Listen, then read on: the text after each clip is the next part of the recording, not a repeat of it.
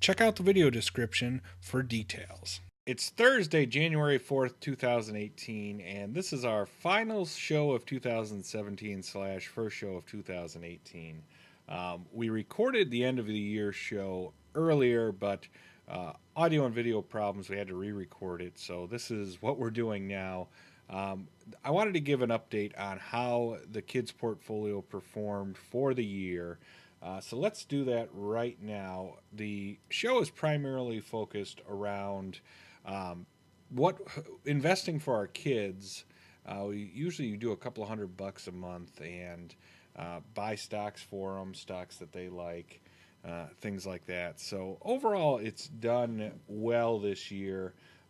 Didn't beat the S&P 500, so that's a little disappointing. But I'm pretty happy where they ended up. So let's take a look at what they have here. First of all, we have GameStop is down almost 10%. That stock we still really like. Good turnaround story we feel there with them going to the collectible business, and as they transform their stores, see that popping back.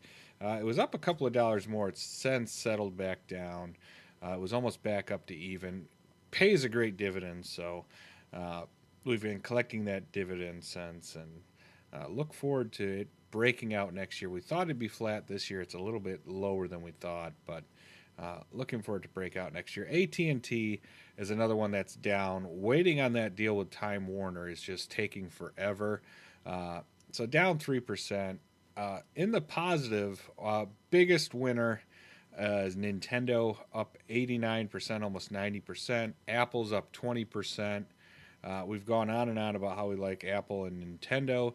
Disney's been somewhat flat, 2%. Activision up 17%.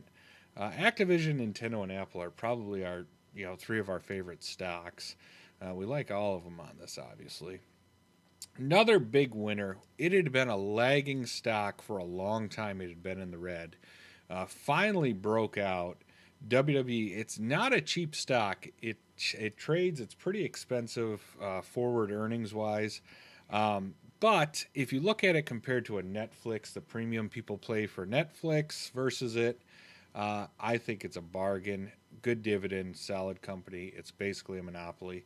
Qualcomm is up 19% on the buyout rumors. Collectors Universe, 11% high dividend, very small cap, niche market. We like that one. Seagate, we've seen some better performance out of Western Digital, but they did okay for the year. Coke is up 5.5%, not too bad. Hasbro, we like it anywhere below 100, so we might have some more buying opportunity for it. It's down as well.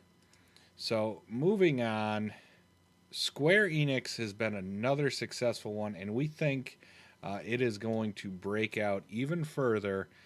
They really haven't had the full-blown Switch support that we thought they would have right out of the gate, but they are promising more to come.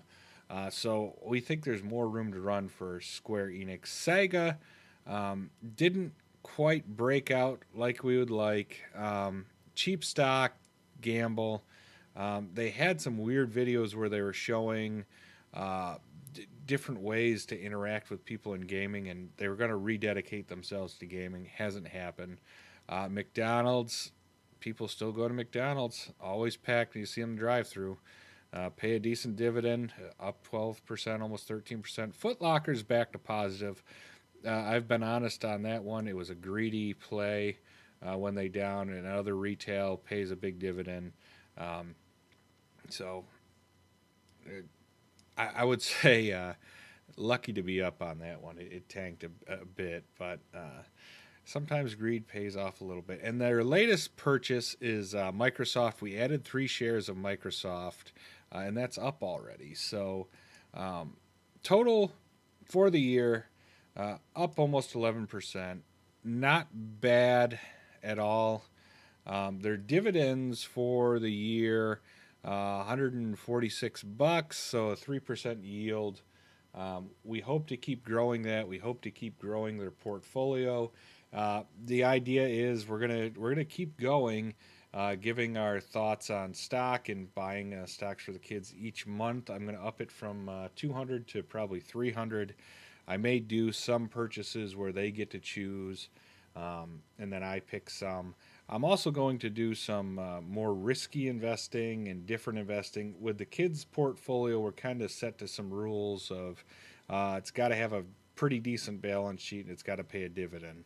Um, Missed out on a lot of opportunity, especially viewer picks on stocks that just didn't fit that mold, and a lot of positive gains for that. So I may do a separate portfolio for myself with stocks that we buy each month, and then the other one for the kids, kind of more conservative along the lines of what we do. So look for that. I don't know if they'll be doing many kid broker shows. It's kind of hit or miss with them doing that. So uh, I will get them doing something fun. Uh, Keep that going. Like I said, that my own stock portfolio pick, and we got some other projects that we're working on to hopefully roll out for the channels. So maybe some more viewer interactions. As some new games come out, maybe we'll stream some games again and do some reviews and stuff on them. A lot of Splatoon we played, Zelda. We had a lot of Zelda videos up of different parts of the game and things like that. So more of this to come in 2018. Trying to get on more of a set schedule to upload and get some videos out there.